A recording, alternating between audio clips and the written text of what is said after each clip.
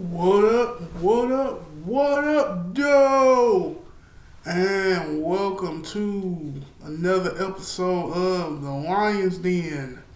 I am your host, Derek Timeless. You can follow me on Instagram at Derek Timeless CEO 313 and follow me on TikTok at The Lion's Den underscore 313. Now, I believe this is episode 12. I hope this is right, but I believe so. But anyway, you wonder why I got my coat on. I'm about to get ready to go out here in the elements. You know, we up here in Michigan, it get real cold outside.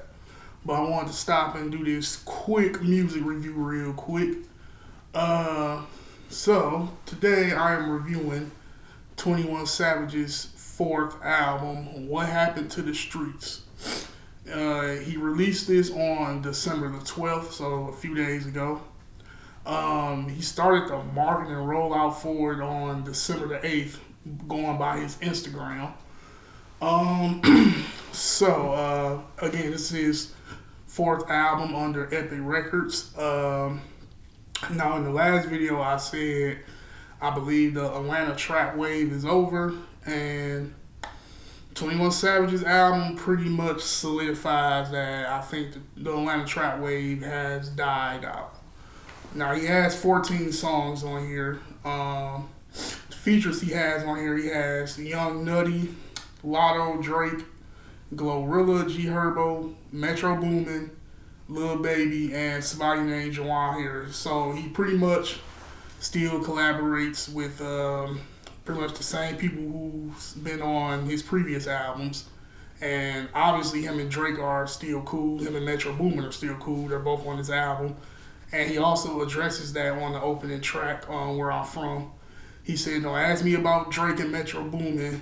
He was like, play with both of them, pussy, I'ma kill you. He said it like that, but he rhymed it. I didn't rhyme. But anyway,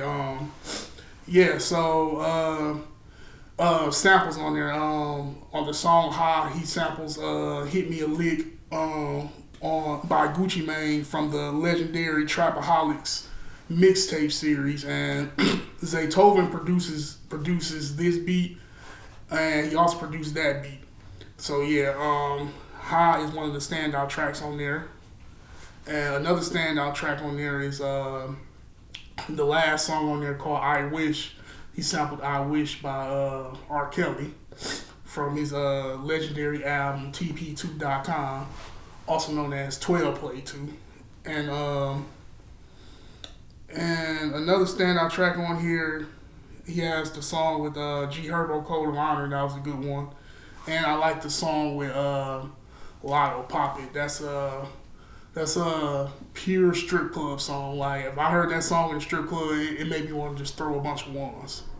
But other than that, this is a typical 21 Savage album. The first half of the album is him basically just rapping his boss status. How can I word this? The first half of the album is pretty much a typical 21 Savage album. Those dark Atlanta trap beats, you know, very dark and gritty. He's talking his boss talk. He's talking his savage talk. And then the second half of the album is very personal. Like, so he split the album. The first half is the entertainment. The second half is more personal. But overall, like I said, it sounds no different than his previous album, American Dream. Like, it's pretty much all the same topics. Some people may hear the growth. I hear the growth from his first album to now. You know, as far as like his production wise and his image wise and his popularity has grown. But other than his sound and his lyrics and what he talks about, I mean, it's all the same to me. But overall, it's a solid project. You know, if you're a 21 Savage fan, you know, you'll definitely enjoy this project. If you're a casual listener of 21 Savage, you'll go, it's mid at best. But here at the Lion's Den, I'm going to give What Happened to the Streets, I'm going to give it a solid, I'll give it a solid 4 out of 7. Again, I think the Atlanta trap wave is over. You know, I don't really have to go back and listen to his album like that. It doesn't have a lot of replay value, but You can listen to the album for yourself and form your own opinion about it. That's just my opinion. But the lyrical hip hop is coming back. Like Nas and DJ Premier's album is fire. I'm talking about you like just that classic gritty New York mafioso stylish hip hop. That Nas and DJ Premier album is that's one of the ones. I'm actually gonna do a deep dive on that. If not the next episode, the episode after that, because Nas is my favorite rapper. So yeah, I gotta definitely gonna break that one down. Also before I go, I went and saw the new Avatar movie, Fire and Ash, and I am a fan of the Avatar movie, so I was gonna go into this with a biased opinion, but I'm gonna give an honest opinion, and my honest opinion of Avatar: Fire and Ash is cinematography wise, the movie is beautiful. Like the visuals, the color, it is absolutely beautiful, gorgeous. James Cameron, he's setting the revolution of what the future of video games is going to look like. Like you need to go see it in the movie theaters. I would suggest going to see it on the IMAX screen in 3D or on the Dolby sound screen. It is very beautiful. Story wise, the movie is it's a little over 3 hours long, about 3 hours 15 minutes. The story will have you hooked from start to finish. The first half of the story is pretty much a continuation of the second movie. So like the plot is pretty much already established. If you've seen The Way of Water, then the plot's already established. And then the plot point of the fire people comes in like at the end of the first act.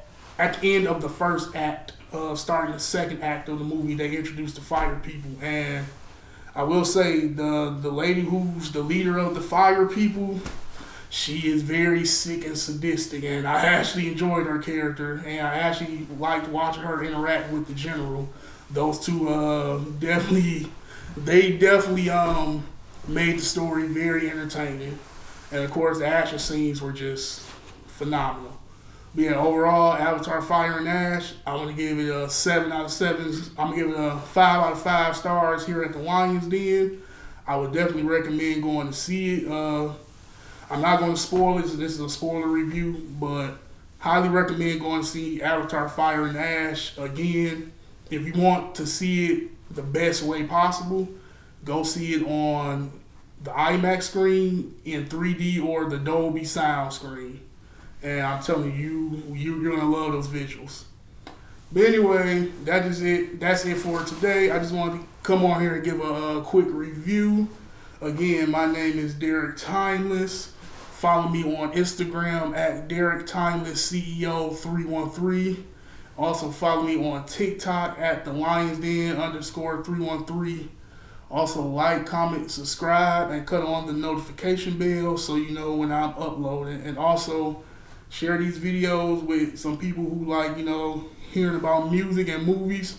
I'm setting the vibe over here, setting the tone, and 2026 is going to be a good year.